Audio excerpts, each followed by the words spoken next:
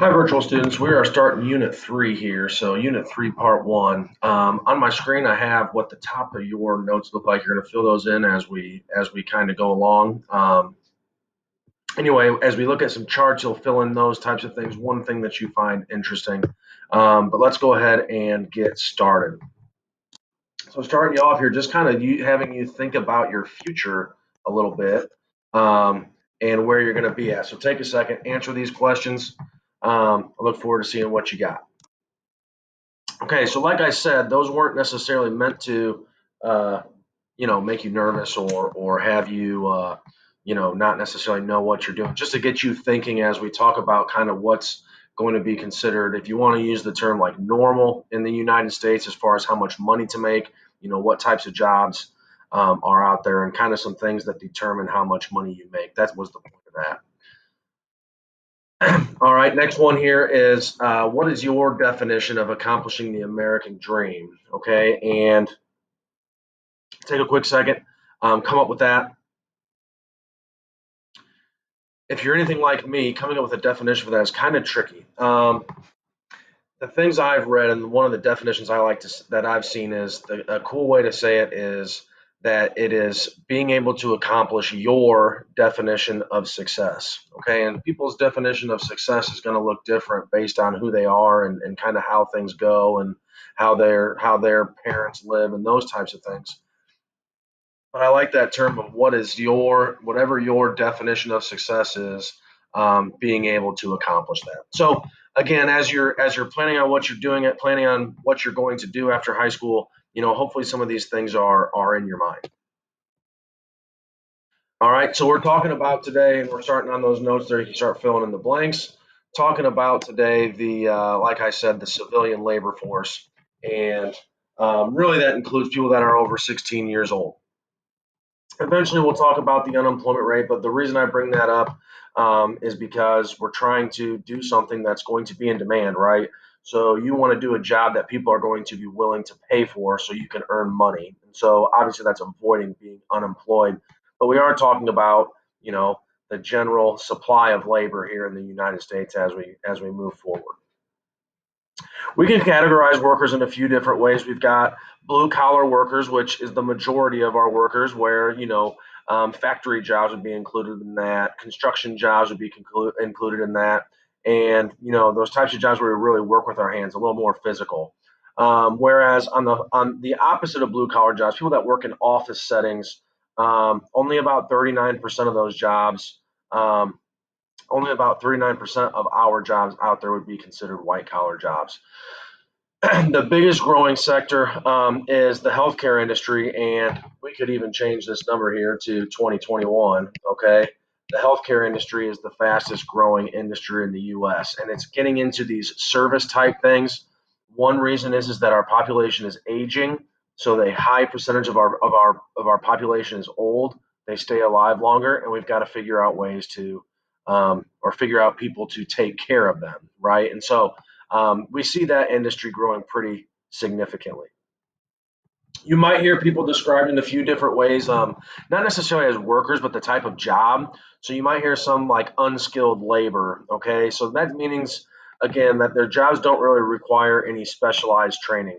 Kind of a decent way to think about it would be like if I can get trained to do this job in one day, then it's pretty unskilled. So like a cashier at a fast food restaurant, right? Those types of jobs that I'm sure actually many of you have right now that took very little time to get trained on. As you need more time to get trained, you kind of move to the right on this little chart here. And again, you might hear these terms professional or skilled type jobs, as people talk about it. The big thing is at the more skill you earn, right, the more rare you are, so to speak. Obviously, the reason why we pay fast food cashiers such little money is because so many people can do it, right? We need to pay engineers a whole lot more money because they build things and they invent things and they do things that not everybody can do. And so, skilled and professional, there's not too much difference between those things, but they are differentiated by definitions in your book. Okay.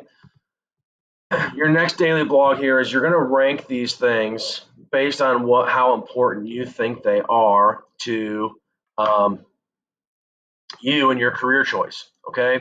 And so anyway, take a second, do that. Explain your answers briefly on the question, and we'll get back together. Okay, so the thing about these is you may not have thought about all these things, and some of them mean a lot to you, some of them don't mean a lot to you. Whatever your answer is, it's completely fine, right? But these are the things that, again, you're going to have to really, at the end of the day, live with, depending on what your career choice is. Okay, so those are some things to kind of keep in mind. You're probably thinking about salary, enjoying your job, probably the most right now. Okay, maybe not everybody's in that situation, but those are probably the two things that are most prevalent when we talk about, hey, what are you going to do? I want to do something that I like, etc. Right? But these are things that you're going to have to live with too, right? As you kind of grow into an adult and you are starting to take care of yourself. So just something to keep in the back of your mind. We do see, again, as just kind of some stats here, our home health aides, personal care aides, therapy, we see a whole lot of healthcare type of jobs, okay, that are growing extremely fast. And not only that, they are growing by extreme numbers, kind of unlike up here, very small numbers, but extreme growth percentage wise, right? Now, there is no magic bullet, okay, to making a ton of money. Like, oh, I'm going to do this job and I'm going to make a ton of money. If you look at these fastest growing jobs here, at least in the healthcare industry, and then look at their median annual wages, that's only about $12 an hour if they work full time. Okay, so it's these people that, again, when I say there's no magic bullet, just saying I'm going to go work in the healthcare industry is not necessarily going to guarantee you tons of money, right? You want to be able to be these people that takes that have learned a specific skill that then eventually you tell these people what to do. Okay, so like I said, there's no magic bullet. You've got to figure out a way to get good at something. Sometimes that takes education, sometimes it takes on the job training, those types of things. As I said, that you can kind of see here.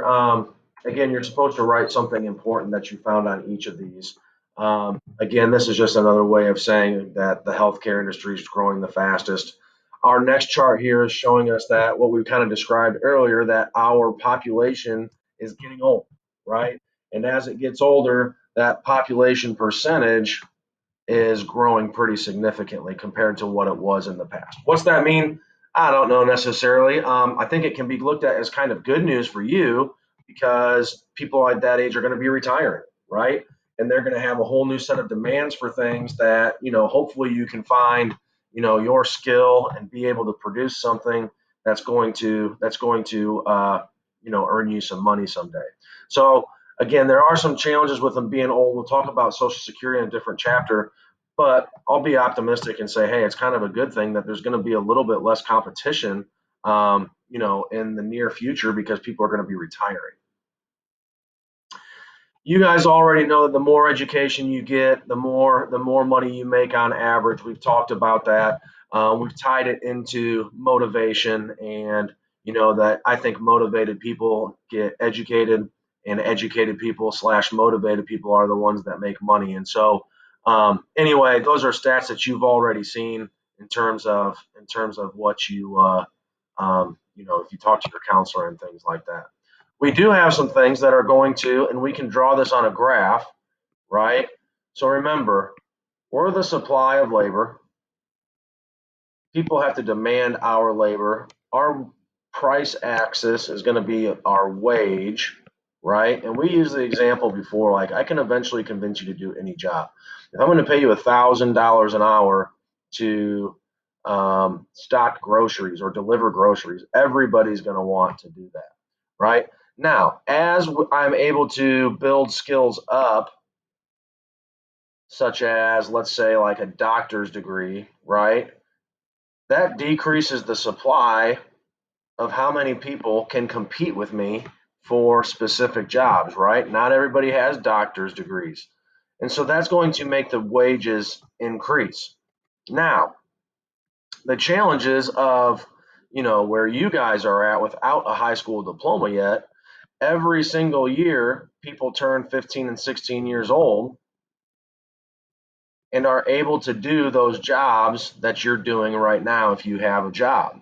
And so the supply is constantly high, right? Because people are getting to be the age where they're willing to do those jobs, and it keeps this wage down for those really, really simple types of jobs.